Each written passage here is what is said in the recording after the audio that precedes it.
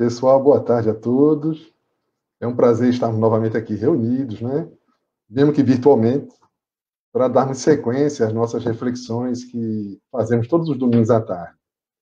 E nessa tarde nós temos o grande prazer de receber nosso irmão Edson Roberto, que faz parte da Associação Municipal Espírita de Caruaru, conhecida carinhosamente como AME Caruaru, não é isso?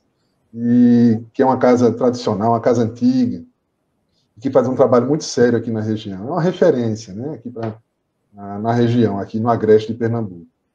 E hoje conseguimos, né, concatenar nossas agendas, não é isso? E o nosso irmão Edson conseguiu aí disponibilizar um tempo para nós, e a gente agradece muito por isso, né, para podermos refletir juntos, trocarmos algumas ideias.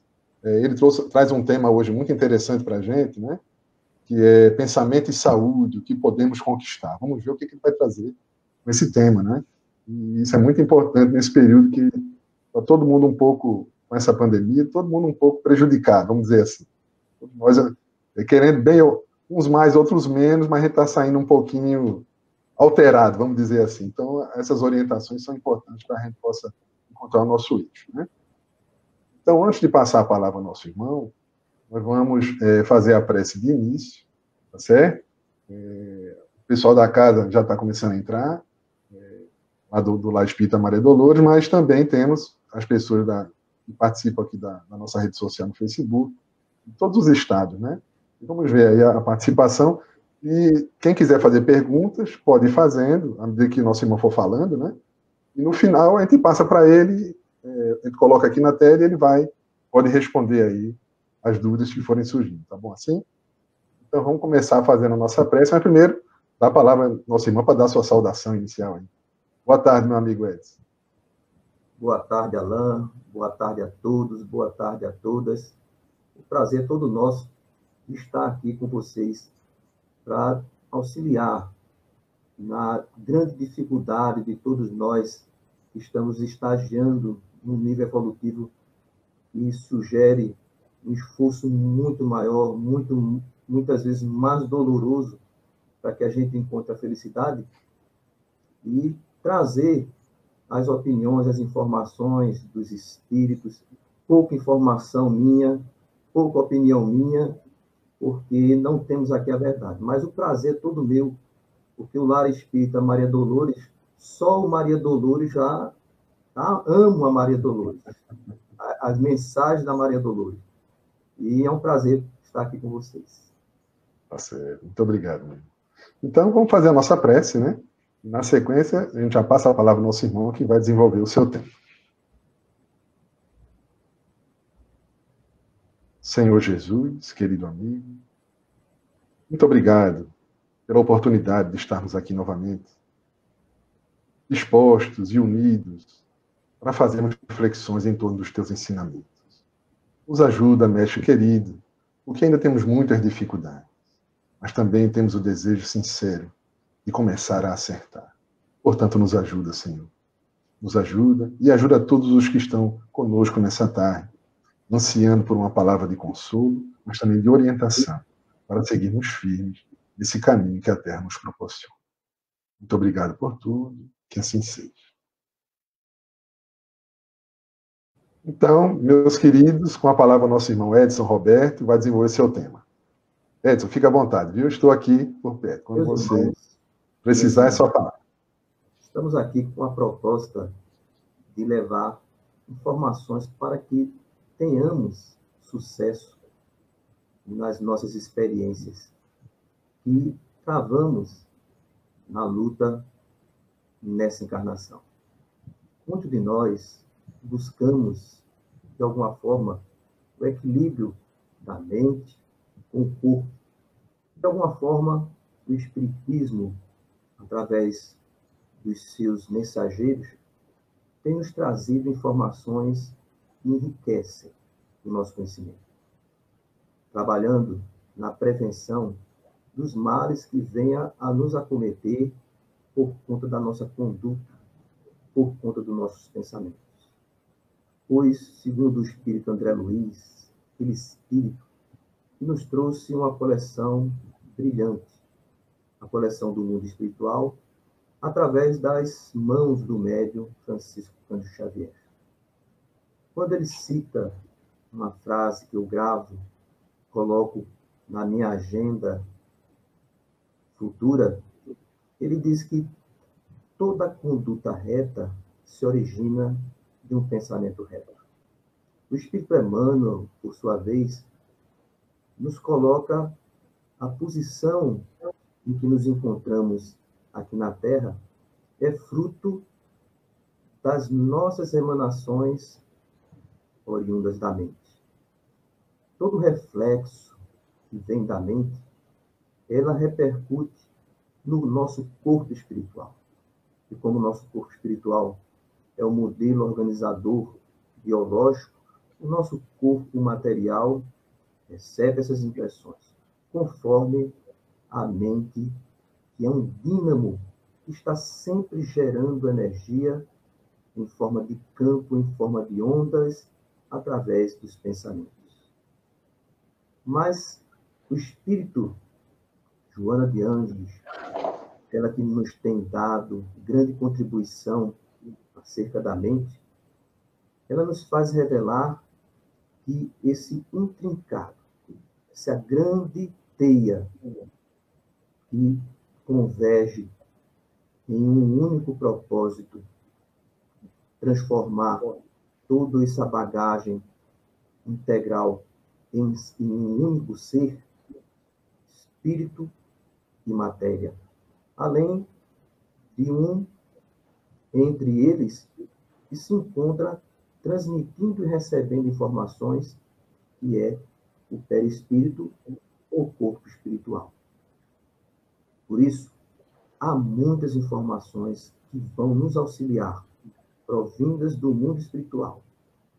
Também de diversos espíritos que vamos encontrar em várias obras da codificação espírita, interpretando principalmente no Evangelho segundo o Espiritismo, várias passagens do Cristo, de Jesus, fazendo-nos crer e fazendo-nos acreditar muito mais ainda de que somos responsáveis por tudo que nos acontece. Há muitas informações a serem buscadas, mas há um problema que temos que enfrentar, que é o conhecimento. E sem o conhecimento, vamos ficar à mercê dos pseudo-sábios.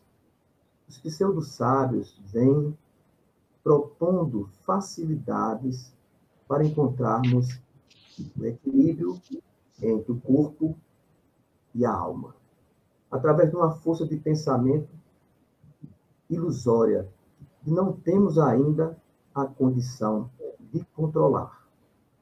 É um poder imenso que nós carregamos em potencial, o nosso dínamo, a mente. Mas não sabemos como controlar essas energias. Se trata muito sobre como melhor pensar, como melhor trabalhar a mente, através de técnicas, algumas até ilusórias, mas esquecemos que há, como o André Luiz citou, tratar o veículo que emana essas energias, que somos nós. É preciso entender o que é uma mente. Fazemos aqui uma pequena análise, porque não temos a resposta para dar a vocês sobre o que é a mente. Mas podemos elaborar alegoricamente para que a gente compreenda como a nossa responsabilidade do que nos acontece no nosso corpo biológico é fruto da incompetência que não adquirimos ainda a competência. Essa incompetência nos faz sofrer alguns males que muitas vezes acreditamos que é proveniente de causas exógenas e, na verdade, são originárias do ser integral, que é o espírito, junto com o perispírito, junto com o corpo biológico. a mente, podemos, de forma alegórica, colocá-la como uma espécie de fábrica, para a gente melhor entender como funciona. Então, vamos pensar numa fábrica bastante fácil para a nossa região aqui, uma fábrica de queijo. Quem não comeu um queijinho de manteiga, um queijinho coalho, um docinho, olha, uma carne de sol assadinha, bem grelhada. Eu sei que o nosso querido José Soares não vai concordar com a carne de sol, mas podemos afirmar que numa fábrica de queijo há necessidade de alguns elementos para que o queijo seja de boa qualidade. Então, podemos dizer que a nossa mente é uma fábrica de queijo. E o pensamento seria o queijo. Então, para que os pensamentos nossos fossem adequados, é preciso que a fábrica internamente esteja bem organizada. Além disso, uma fábrica precisa de uma matéria-prima. Então, a matéria-prima de uma fábrica de queijo seria o leite, sem sombra de dúvida.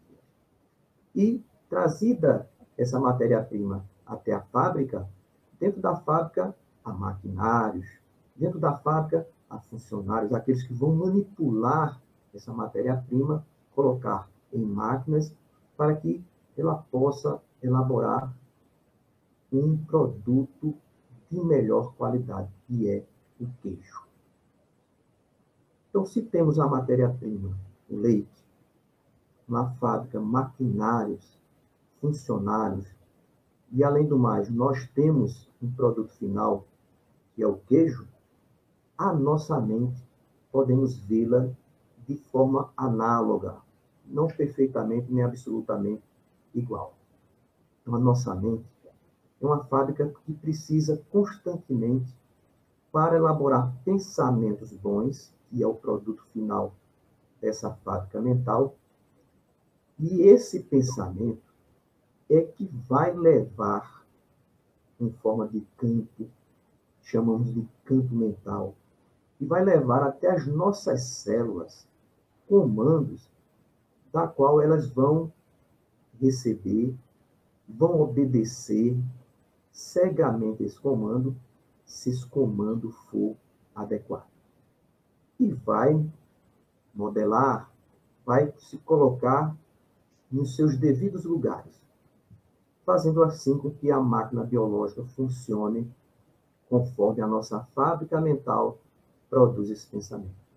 Porque são os pensamentos que são formas de matérias em estados dimensionais, em estados vibracionais diferentes da matéria que nós conhecemos aqui, que envolve o nosso corpo espiritual, as nossas células, e obtém as células de forma diferente das que a gente conhece aí de intercâmbio entre o ser dominante, que é o espírito, e o ser minoritário, que é a célula, que são elementos independentes, formas independentes, vou usar aqui o termo, pequenas consciências frágeis que são subordinadas a uma mente mais forte que a nossa mente.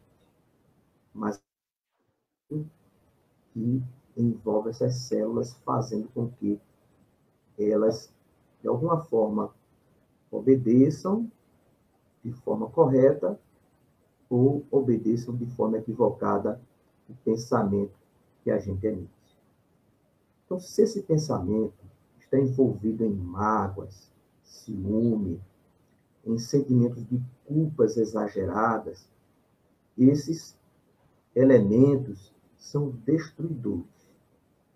E esse pensamento está sendo elaborado dentro da nossa fábrica mental. Então, quais são os elementos que usamos de matéria-prima que elaborou esse pensamento, esse produto final? Se trazemos já dentro de nós, nessa fábrica mental, máquinas, funcionários que vão trabalhar para elaborar a matéria-prima, quem são esses funcionários? Quem são essas máquinas? Já que a matéria-prima são elementos externos, mas nós somos seres que fomos criados, sabe-se lá há quanto tempo. Tivemos várias experiências reencarnatórias. Tivemos experiências positivas, experiências negativas, tivemos condutas inferiores, impulsos inferiores, e tudo isso está arquivado na mente.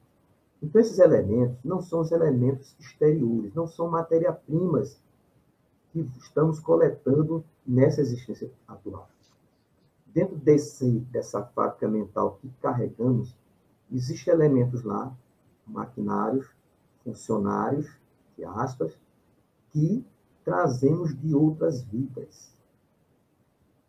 E eles, segundo o espírito Joana de Ângeles, fazendo uma analogia com a comparação que Carl Gustav Jung usa para fazer uma divisão lá da mente, provavelmente nós só temos consciência de, no máximo, 5% do que nós somos por dentro, na nossa vida. Mais de 95% está dentro de nós e nós não sabemos. Só que esses elementos que estão lá são máquinas, vibram, funcionam, influenciam, determinam. Então, são emoções. Esses funcionários, essas máquinas que estão na nossa fábrica mental, são emoções, são ideias, são impulsos. E, dependendo do que nós carregamos interiormente, mesmo que nós coloquemos como matéria-prima dentro da nossa mente nessa existência, nós vamos ter que nos esforçar muito mais para elaborar pensamentos positivos, pensamentos com características e propriedades que possam elaborar campos mentais que vibrem nas nossas células, promovendo a harmonia.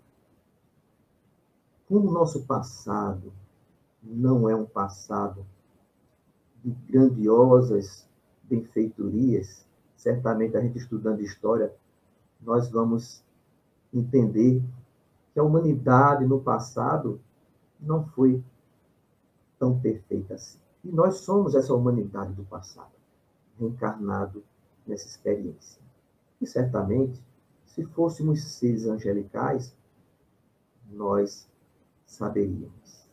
A não ser que estejamos em cegueira voluntária, acreditamos sermos o que ainda não somos.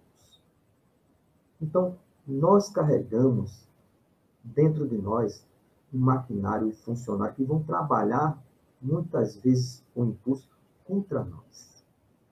Espíritos que cometeram suicídio em outras encarnações. Eles trazem esse maquinário mental em forma de impulso que vão exigir que ele repita novamente o suicídio. Se não for colocado novas matérias-primas nessa fábrica, com esses maquinários, com esses funcionários, se não nos esforçarmos mais para colocar esses elementos na nossa fábrica, provavelmente esse pensamento final, esse pensamento vai se refletir em atitudes.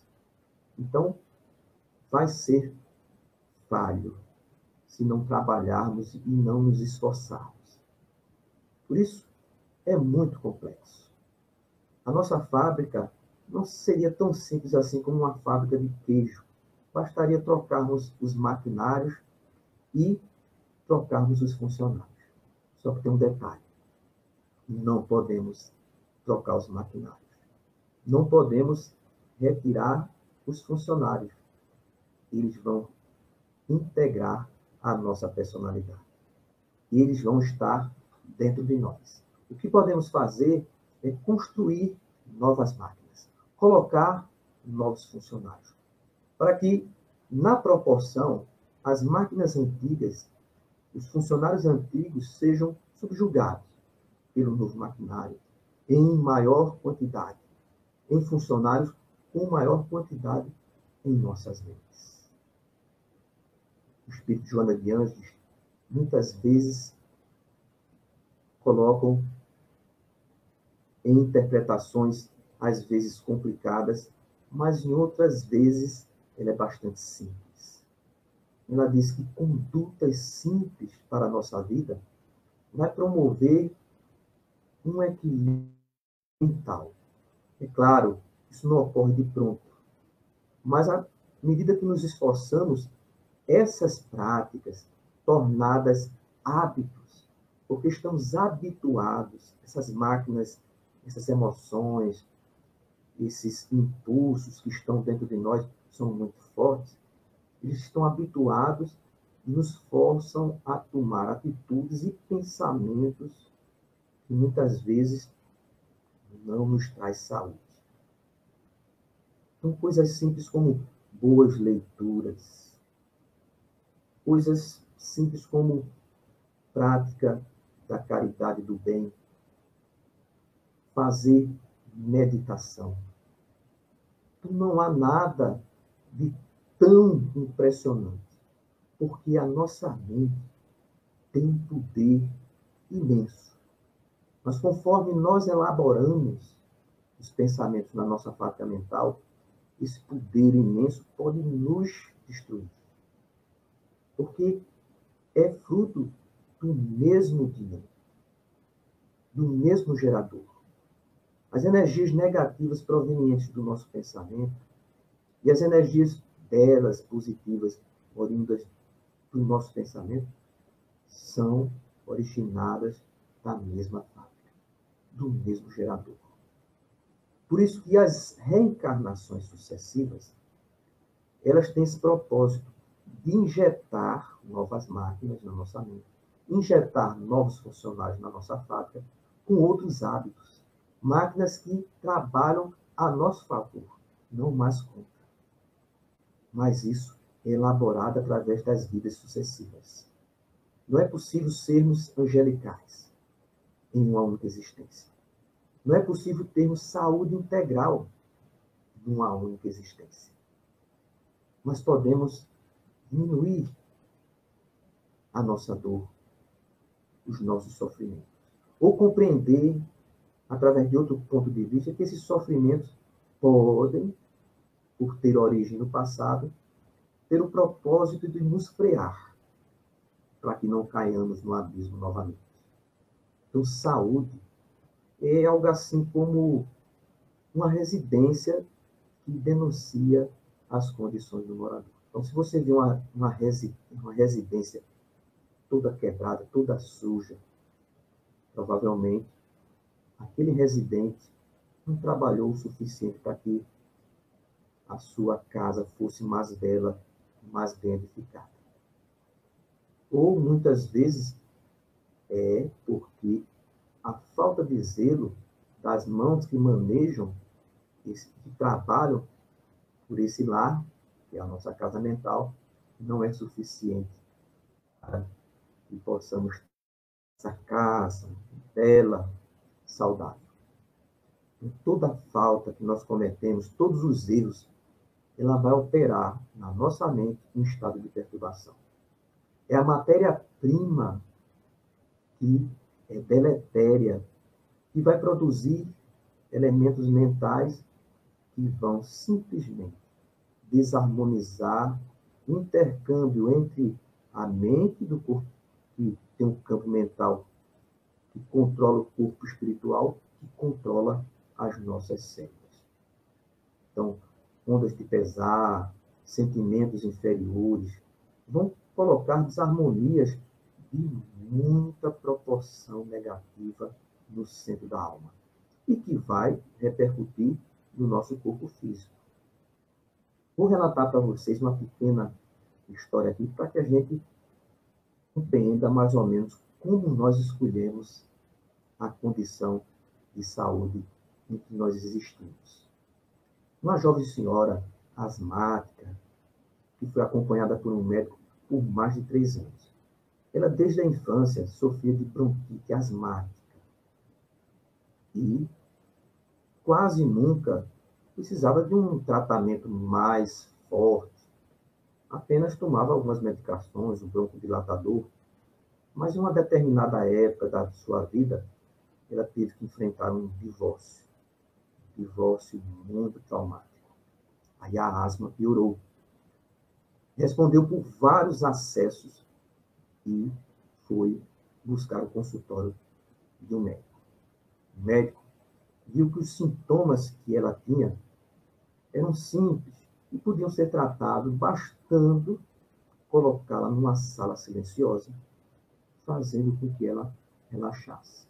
Em algumas vezes, esse médico ministrava alguns broncodilatadores suaves que podia ser encontrado em qualquer farmácia.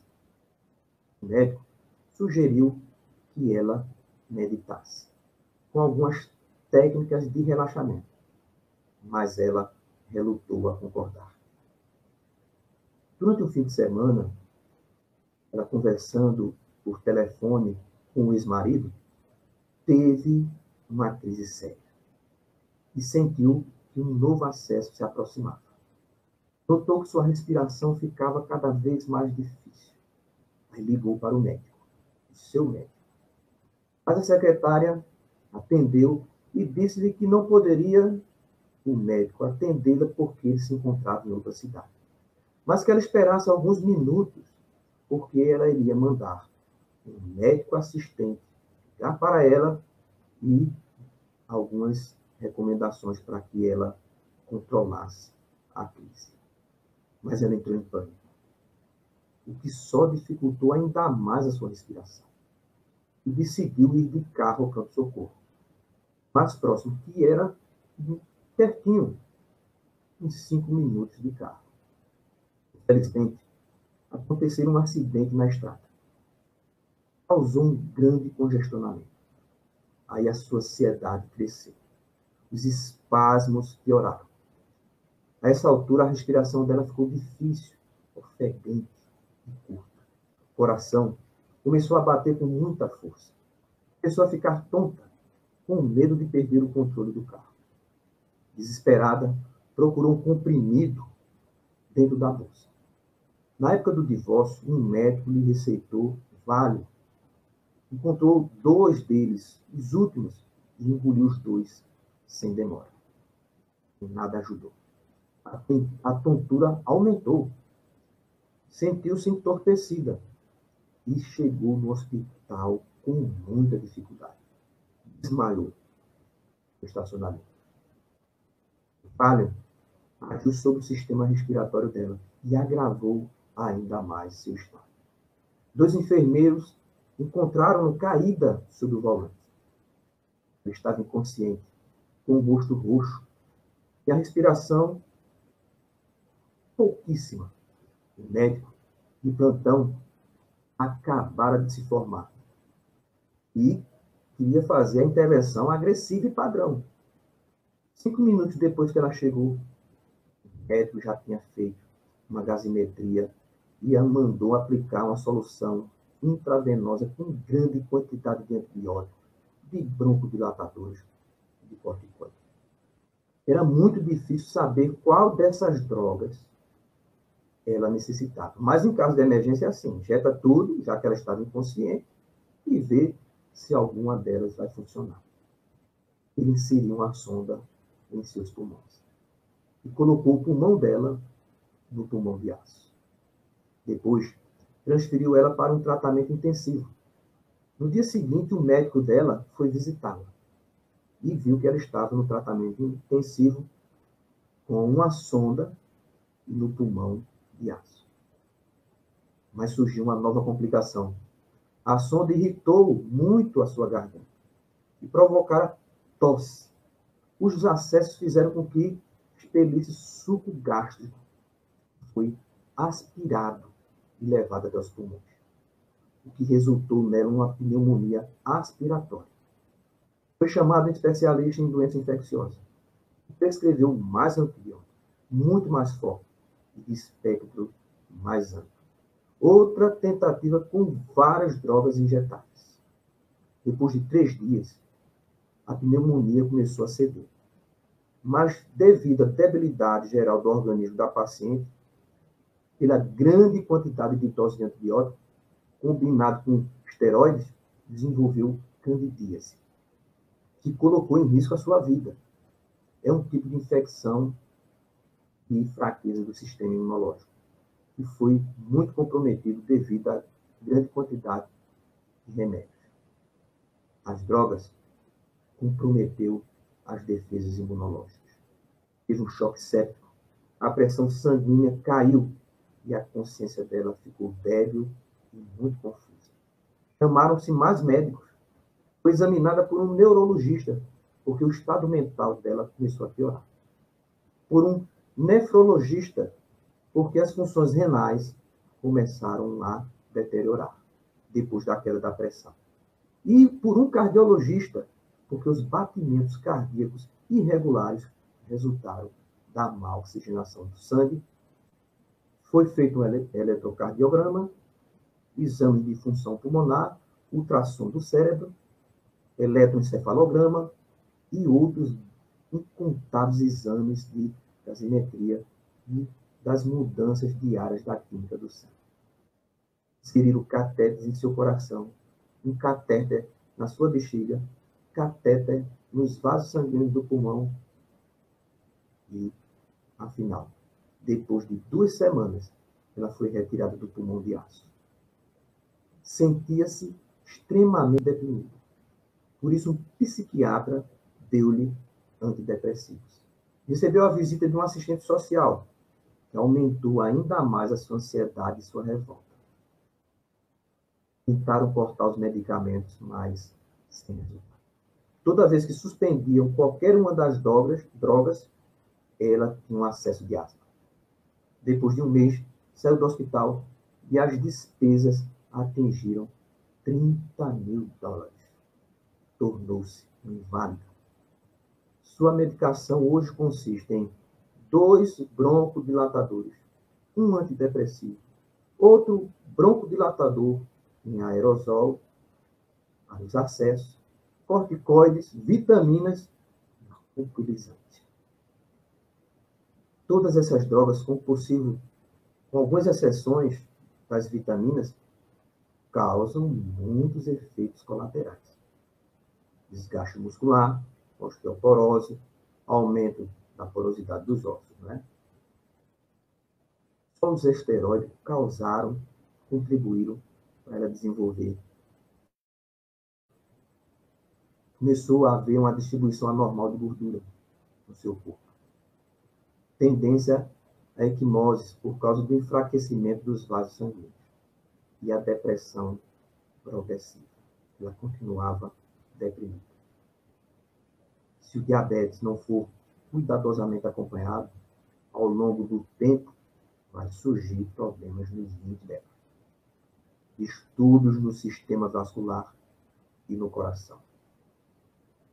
Se o quadro se agravar, ela pode ficar cega. Essa mulher não considera o médico dela, porque, conforme ele havia dito na última vez, a senhora não precisa de remédio. A senhora precisa de conselhos, mas ela não aceitou. Atualmente, ela vive trocando de médico, porque todos eles não conseguem encontrar a solução para a sua vida. E cada um receita novos medicamentos para compensar os efeitos nocivos dos anteriores. Talvez ela viva 10, 20 anos, em muito tormento, em muito desconforto. É hostil e culpa todo mundo que se aproxima dela. O novo médico, o psiquiatra, o ex-marido, o assistente social, e até o médico dela, que tratava simplesmente colocando-a numa sala silenciosa e que lhe aconselhou a acalmar-se através da meditação. Pois o termo iatrogenia foi escolhido na ciência para designar doenças provocadas pelo médico em sua tentativa de curar o doente. Mas sofrimento.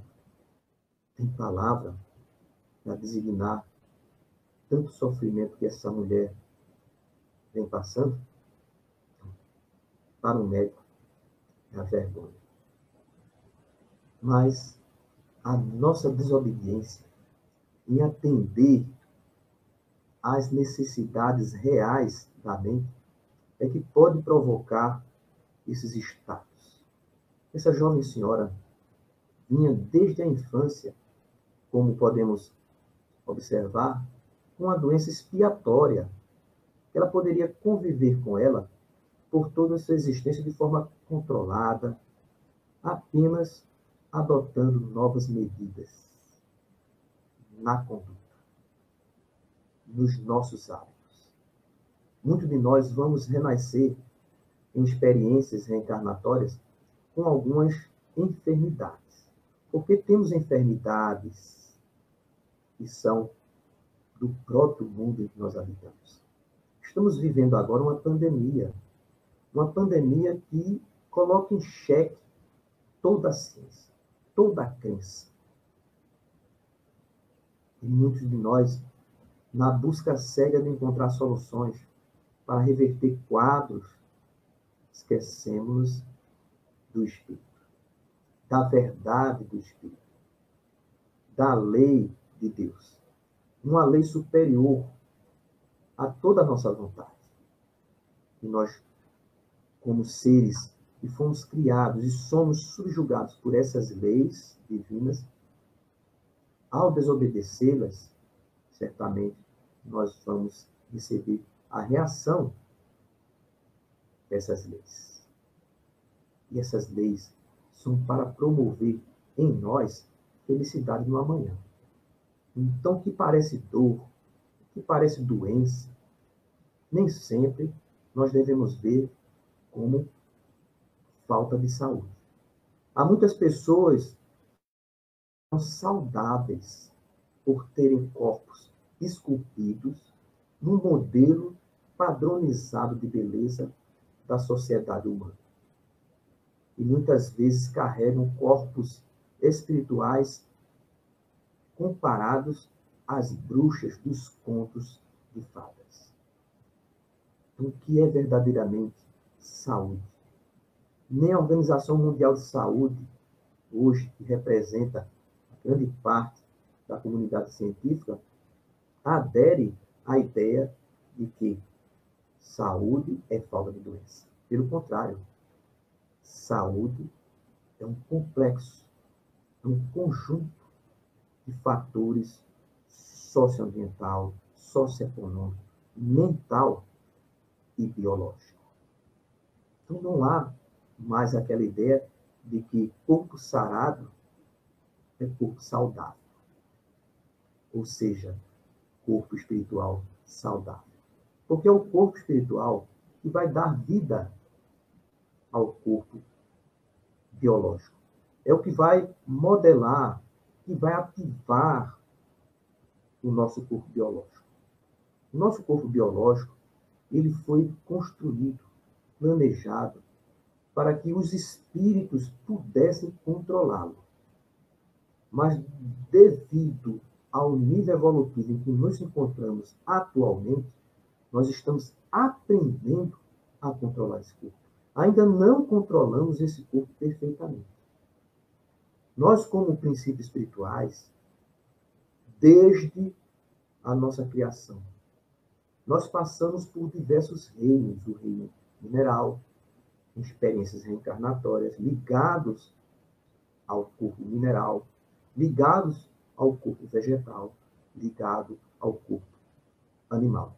Para, posteriormente, a partir desse período em que transitamos encarnados nesses corpos inferiores, aprendendo, gravando automatismo para poder controlar o corpo biológico humano. Depois de 15 milhões de séculos, o princípio espiritual finalmente é levado às esferas espirituais e algumas modificações são feitas no seu corpo espiritual para que ele possa se ligar a um corpo biológico. A princípio, o corpo biológico, ele, nas primeiras encarnações, é mais grosseiro, ele é mais resistente. Então, as primeiras encarnações, onde há brutalidade, as paixões, porque o ser saiu do reino animal, onde os instintos animais ainda prevalecem. Então, ele não sabe controlar. Então, o corpo, que é projetado para as primeiras encarnações, é um corpo grosseiro, forte, mas grosseiro, adaptável ao espírito que vai reencarnar, cheio de paixões, ainda em desenvolvimento. À medida que a responsabilidade, à medida que o espírito vai evoluindo, vai sendo inserido através dos erros, não é uma, duas, três encarnações, são milhares de encarnações, esse espírito vai recebendo na sua fábrica mental novos elementos que vão fazer com que ele possa discernir e desenvolver responsabilidade. À medida que o espírito vai desenvolvendo responsabilidade, o corpo que mais determina ele do que ele determina o corpo, ele vai perdendo a sua força, o corpo. E o corpo, que determinava o ser bruto nas primeiras encarnações, passa a pouco a receber ordem do espírito, desenvolvendo aí o livre-arbítrio. Se desenvolve o livre-arbítrio, desenvolve a responsabilidade. Então, algumas ações dos espíritos que, na sua infância de desenvolvimento, no começo das primeiras reencarnações, e à medida que ele vai evoluindo, ele recebia muito dos instintos do corpo biológico. Mas, pouco a pouco, ele vai mudando a sua conduta. Pouco a pouco. E vai alterando o corpo biológico.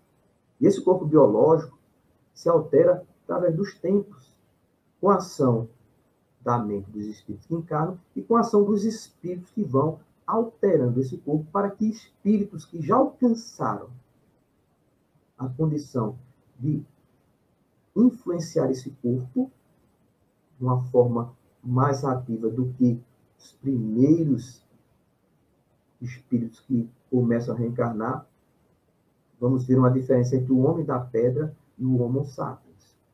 É uma comparação que podemos ver. O corpo de um homem da pedra é mais grosseiro. Então, o espírito é mais determinado por esse corpo. E o Homo sapiens já tem um controle maior desse corpo. Há mais responsabilidade. E à medida que vai evoluindo, o corpo vai se sutilizando, ainda estamos no corpo Homo sapiens. Não temos a ideia de como é o corpo angelical. Então, por isso, nós ainda recebemos determinação do corpo. Somos determinados pela matéria. Isso é proposital. Isso é lei. À medida que a gente vai evoluindo, os mecanismos que nos ligam ao corpo, o corpo passa impressão para o espírito passa impressão para o corpo. E à medida que a gente vai mudando hábitos, esse corpo começa a mudar os seus impulsos. As células começam a obedecer e mudar de hábitos. Todo mau hábito, todo vício é proveniente de uma célula que recebeu ordens para se viciar, e alguns querem deixar, mas não tem força mental para deixar. As células determinam a vontade do espírito e do vício. Mas há outras determinações que são positivas para a nossa existência. E são, muitas vezes, invisíveis. Não temos a menor noção ainda dessas determinações do corpo para a nossa felicidade. Mas o que eu quero fazer entender é que, ao evoluir, nós vamos comandando melhor esse corpo. Há 500 anos atrás, nós não sabíamos que podíamos morrer por conta de um vírus, de um ser invisível aos nossos olhos. Hoje nós sabemos. E temos que mudar os nossos hábitos. Temos que lavar as mãos com álcool 70. Sabemos que temos que usar máscaras. Sabemos que temos que fazer todas as prevenções técnicas para prevenir o contágio. Isso é conhecimento. Isso é evolução intelectual. Mas há outros fatores que vão determinar, mesmo com essas prevenções, há fatores que podem propiciar que, ao nos contagiar com determinada doença, nós possamos agravar nosso estado de saúde por conta das nossas ondas mentais. Então, temos limites. E o limite é dado pela nossa evolução moral também. Além do intelectual, que prevê a asepsia e as prevenções técnicas, há a moral. Porque os nossos pensamentos, ainda inferiores, negativos, criam vibriões invisíveis, que só são vistos no plano espiritual, que consomem as nossas células, que consomem o nosso sistema imunológico, enfraquecendo-os. O próprio André Luiz, em diversas obras, visualizou esses seres invisíveis destruindo as nossas células biológicas, que não são detectáveis pelos instrumentos que nós temos hoje. Mas há 500 anos atrás não tínhamos instrumentos para detectar um vírus, uma bactéria, enfim.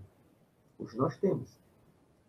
E amanhã teremos instrumentos que vão detectar esses vibriões invisíveis. Tudo fruto de uma mente ainda em desenvolvimento. Eu não vou nem dizer uma mente desequilibrada, mas uma mente que precisa ainda se educar. Mas há algumas informações que podem influenciar a nossa conduta e fáceis de serem acatadas e colocadas em nossas vidas. Nós teimamos muitas vezes em adotá-las, como essa senhora desenvolveu inúmeras enfermidades porque negou-se uma simples meditação. Mas é claro, não estamos dizendo aqui que vou fazer meditação amanhã e tudo estará resolvido. Cada um será dado conforme a sua obra. E obra depende da mente, como a André falou. Conduta reta depende de uma mente reta. Então temos que transformar a nossa mente em algo melhor. Não vamos conseguir plenamente nessa encarnação. Então podemos ser vítimas de gripe, de chikungunya, de Covid-19 e outras enfermidades que nem sabemos que desenvolvemos por conta desses vibriões invisíveis. O espírito André Luiz, quando é feito um diagnóstico, eu chamo de autópsia espiritual, do André Luiz. Quando o médico espiritual Henrique de Luna visitou André Luiz na enfermaria, e André Luiz relutava em aceitar que tinha desencarnado pelo suicídio. E achava aquilo uma injustiça. Mas quem atentar para a obra de André Luiz vai ver que a conduta do indivíduo mental pode determinar um suicídio. Foi o que aconteceu com André Luiz. Muitas pessoas vão dizer: qual foi a causa do suicídio de André Luiz? Aí alguém vai dizer: ele bebia muito. Outros disseram que ele fumava. Eu não encontrei lugar nenhum que ele fumava. Pode até ter fumado. Mas que bebia muito. Que foi de sífilis. Mas o diagnóstico, a análise da morte de André Luiz pelo médico Henrique de Luna necessita de um microscópio para ampliar. André Luiz morreu pelo suicídio por conta da sua conduta mental, da sua moral, e não por ter bebido muito, por ter contraído sífilis. Comia muito mal. Então Henrique de Luna olhou para ele, olhou a sua ferida e disse: olha, você comia muito, bebia muito, contraiu sífilis e desenvolveu uma oclusão intestinal. Mas notem lá, Henrique de Luna vai dizer: você poderia ter vivido muito. André Luiz não morreu de câncer, nem de sífilis. Qual a causa da morte de André Luiz? Você iria viver muito, continua Henrique de Luna, se não tivesse outra conduta. Isso mesmo. André Luiz tratava mal as pessoas. por tratar mal as pessoas, André Luiz atraía para si o desagrado, as energias mentais negativas das pessoas que ele maltratava. E isso influenciava a sua mente, o seu corpo espiritual, que refletia no seu corpo biológico. E atraiu também entidades obsessivas, que agravou mais ainda o seu estado de saúde. Mas esses dois itens não determinariam o suicídio, porque ele não buscou a morte.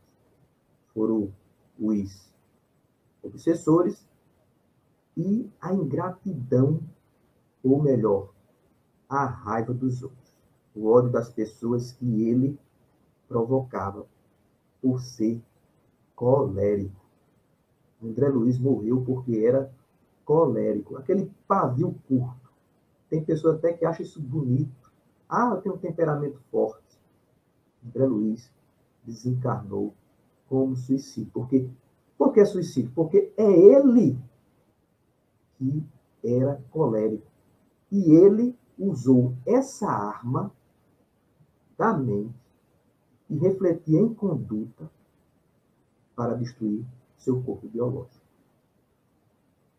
Então, não tem segredo, não há nenhum mistério, não há nenhuma facilidade para encontrar uma harmonia com o nosso corpo biológico através da saúde, senão através da conduta reformulada da nossa mente, que vai refletir em atitudes, em ações. Atitudes retas precisam de pensamentos retos. Então, vamos colocar na nossa prática mental verdades e não ilusões. Nós vamos encontrar por aí livros, propostas na internet, e que vamos encontrar facilidades com técnicas, às vezes materiais esdrúxulas, fantasiosas. De forma alguma, isso quer dizer que vamos fugir das nossas responsabilidades. Jesus, diante do mar da Galileia, derramava lágrimas. E Pedro, aproximando do Mestre Jesus, achou aquilo estranho. Mas, mestre, tu choras? Jesus, diante de Tiberíades, naquele final de tarde, naquelas águas tranquilas, o vento, o seu perfume, da brisa daquele mar belo, Pedro ainda em dúvida diante daquelas lágrimas. Mas, Senhor, acabamos, Senhor. Acabamos. O Senhor curou um cego, curou um aleijado, curou uma pessoa que estava em chagas no corpo. E Jesus disse: Pedro, eu não vim colocar remendo novo em roupa velha. Não vim. Nesse exato momento, aquela pessoa que eu curei, que não andava, o aleijado, está lá, com toda a saúde, praticando o mal. Aquela senhora que não enxergava, que agora enxerga, eu a curei, e muitas vezes era apedrejada pelas crianças, agora corre atrás das crianças para bater-lhes. Um sentimento de vingança. Aquele homem chagas, insenize, ele agora está num bar, dizendo que agora vai curtir a vida, vai buscar as mulheres, que agora o corpo dele está perfeito. Eu não curei as pessoas, Pedro, para que elas estivessem nessas condições de atitude. Então, muito de nós buscamos a facilidade da cura para nos mantermos nas nossas condutas ignóbeis. Mas todos eles, o cego, o aleijado, aquele em chagas, eles vão voltar a enfermar. Porque a matriz de todas as enfermidades está na nossa mente, na nossa alma. Então não sigamos, meus irmãos, as propostas fáceis dos pseudo-sábios. Há limites para a nossa saúde. Não vamos passar uma experiência no mundo de provas e expiações em plena saúde mental, em plena saúde física, socioeconômica. Só Jesus, ele vivenciou essa realidade. Jesus nunca enfermou. Vivia socioeconomicamente em plena harmonia, mentalmente integrado com a realidade. Então, construamos e identifiquemos nossos limites. Não queiramos o ilimitado. Não é possível ainda. Trabalhemos na prática do bem, porque Jesus priorizou a prática do bem. Porque o Espiritismo propõe, fora da caridade, uma salvação. Porque a prática do bem é a única matéria-prima que vai induzir a nossa mente a trabalhar em pensamentos mais elevados. Mas é o bem que modifica as nossas emoções. André Luiz distribuiu 6.000 consultas, mas foi parar. 6.000 consultas grátis, mas foi parar no grau, porque não desenvolveu a emoção. Emoções positivas, prática do bem, intelectualizar, mas principalmente agir conforme a recomendação do nosso guia dentro. Fazer ao outro aquilo que gostaria que nos fizesse vai equilibrar a nossa mente. Tenho certeza disso. Não para a saúde integral, não estamos nesse nível, mas pelo menos vai nos prevenir de dores que não necessitamos nessa experiência, mas há dores que necessitamos. Devemos compreender quando essa dor é expiatória, essa dor é parte da nossa evolução, ou é uma dor que vem para providenciar a nossa retomada para o bem, para o amor. Então, deixo essa mensagem aí a todos vocês. Acredito que, não sei se Alan Moura, não sei se eu estou no tempo, né, Alan? Alan é que sabe aí, mas deixa a discussão de vocês. Não, a gente pode comentar um pouquinho. Estamos completando 1 hora, mas... Pesquisar mais, a perguntar mais, com os pés no chão. E que esse mundo, nós só vamos ter aflições, mas aquele que adotar Jesus nos seus pensamentos, nas suas práticas, com certeza, o fardo ficar bem mais leve, bem mais leve. Muita paz a todos. Sim, sim. Edson, vou botar aqui, ele não tem perguntas, mas vendo alguns comentários aqui de algumas pessoas que passaram. Alan Moura Filho, boa tarde, muita paz a todos. Márcia Moraes, dando boa tarde aí pra gente. Esse é o pessoal do centro, né? Sérgio Amaral também, boa tarde, pessoal, paz. Alan Moura Filho novamente aqui. Muito obrigado pelos esclarecimentos, que possamos, resignados, não apenas cuidar da profilaxia material, mas também de nossa asepsia mental e moral. Dentro do que você falou, né, Edson? Certamente. Por fim, ele diz aqui para você também que as bênçãos do Pai recaem sobre você, Edson. Edson, eu vou fazer uma perguntinha para você dar uma resposta, dá para a gente ficar um pouquinho ainda? E aí você faz depois suas considerações finais e faz a prece e encerra, tá bom? Sim, Tarcísio também passou aqui da nossa enseja, né? Ok, Tarcísio. Pronto, Edson. Então, com base no que você falou aí, mesmo com aquelas doenças que são expiatórias, ou seja, aquelas que eu trouxe, são provenientes de alguns equívocos do passado. Se eu mudar hoje o meu modo de pensar e, consequentemente, meu modo de agir, então, com base no que você falou aí, deu a entender que eu poderia até atenuar isso aí, ou até, em alguns casos, curar. É isso mesmo? Certamente. Essa possibilidade existe.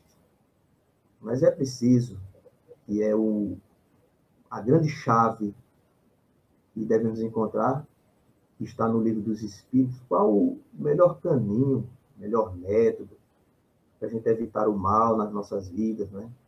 E que a gente não verede pelo caminho dos erros. Aí um sábio da antiguidade vos disse: conhece-te a ti mesmo. É preciso autoconhecimento para isso. Você se conhecer, se tem essa capacidade de alterar através do pensamento, através da conduta verdadeira, a modificação ou atenuação da sua experiência expiatória. Mas, das vezes, é muito difícil encontrar. Mas não é impossível. Não é impossível. Mas, mais das vezes, nós não vamos conseguir. Os espíritos dizem: a maioria de nós falhamos nas nossas missões aqui na Terra. E, como a maioria falha, certamente não vai refletir em mudanças na nossa condição expiatória. Então, muitas das nossas condições de enfermidades vamos ter que passar mesmo. A grande maioria vai ter que passar. Mesmo com aquela vontade, mas é aquilo que eu digo, ainda há dentro de nós alguns impulsos que nem conhecemos, que impossibilita que essa expiação seja anulada. Ela pode ser atenuada por intercessão dos espíritos e não pela nossa competência. Pelo bem que a gente faz, a gente merece a intercessão de alguns espíritos que atenua esse sofrimento. A expiação vai ocorrer, mas o sofrimento vai ser menor. Não pela nossa capacidade de pensar, e sim por uma intercessão meritória pela prática do bem. Vejam só, até a prática do bem, mesmo que a gente não tenha competência para alterar a nossa expiação, a curar a nossa doença, promove a intercessão benéfica dos bons espíritos. Se fosse assim, a força do pensamento, qualquer um que fosse até Fátima, lá no templo de Fátima, todos seriam curados. Porque quem não entra naquele trem que vai até o templo lá de Fátima, quem entra naquele trem está com vontade de se curar. Internamente, ele quer se livrar daquela doença. Mas um ou outro consegue se curar. Então, há uma equipe enorme de espíritos que vê futilidades em algumas pessoas de viver uma vida pós-cura que vai levar a agravar mais ainda seus débitos.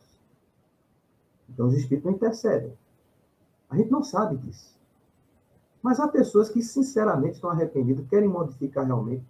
Então, esse autoconhecimento, então, nenhuma pessoa externa vai poder determinar isso aí em nós. Só a própria pessoa.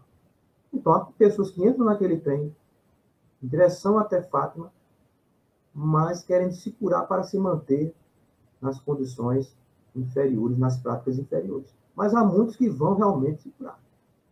E tem pessoas que, mesmo com toda essa vontade de fazer a caridade, fazer o bem, não vai ter a cura. Não vai ter a cura. Por que não vai ter a cura? Porque muitas vezes aquela situação em que ele está vivendo não é só expiatória, é exemplo. Ele comunga, junta, une a expiação com uma missão de exemplificar sua condição de enfermidade para dar esperança aos outros. Dizer que é possível ser feliz numa cadeira de rodas, é possível ser feliz cego, é possível ser feliz sem escutar, sem falar.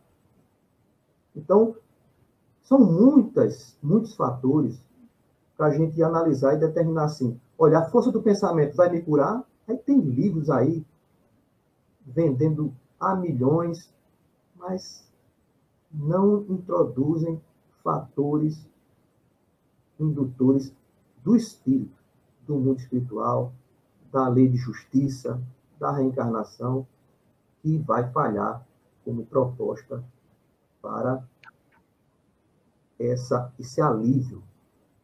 Mas o caminho é esse. faça o bem. Encare a sua dor. Comece a compreender o porquê dessa dor. O Espiritismo nos explica.